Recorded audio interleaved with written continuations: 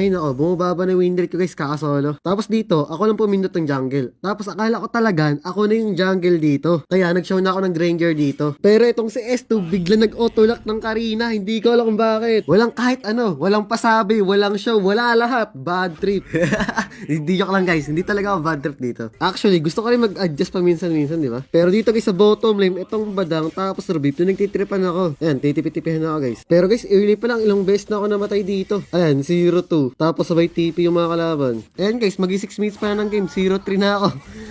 Wala pa ako napapatay. At dito, napatay ko nga yung Ruby, pero namatay naman din ako, sayang. At di din guys, napatay ko yung badang dito, pero namatay din ako. Sayang ulit, di ba? Tapos itong si Karina, gusto na ipa-end sa kalaban. Siguro na pamangmangha ko si Karina dito, kasi nakagawa ko ng himala guys eh.